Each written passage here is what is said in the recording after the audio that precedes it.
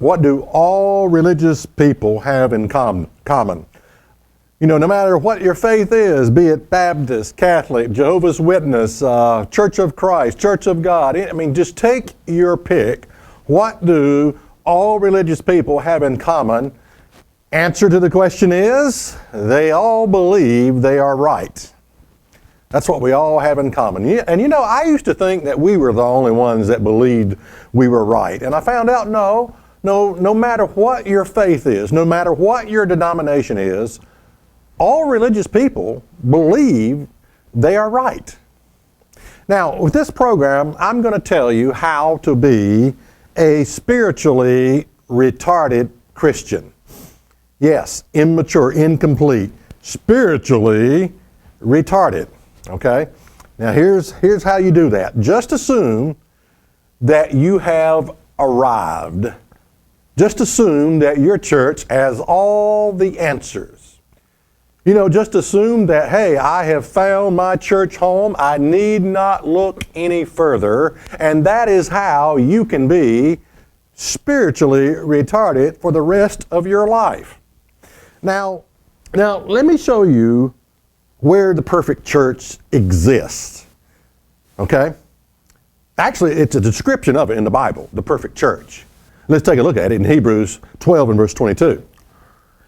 It says, "But you are coming to the Mount Zion and unto the city of the living God, the heavenly Jerusalem, and to an innumerable company of angels."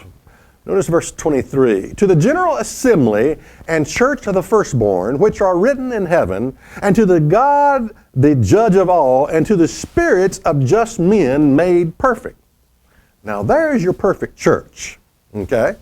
Well, where might that perfect church be? Well, now notice, it takes three things to have this perfect church. First of all, it talks about the church of the firstborn.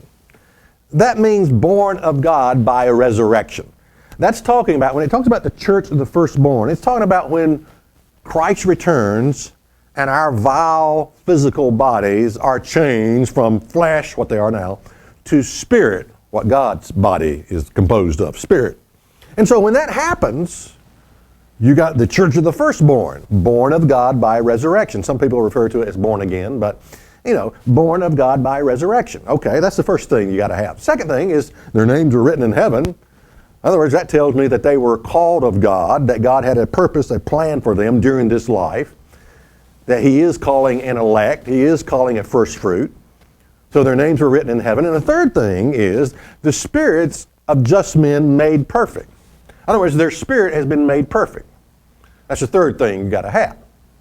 So three things. Now what I'm saying is this church is not going to exist until the resurrection and the kingdom of God is established on this earth. Then and only then will you have a perfect representation of God's church on this earth. Then and only then. So let's not misunderstand that.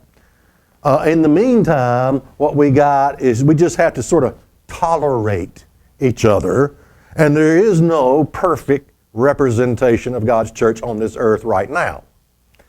No, you may think you are, but you're not it, believe me.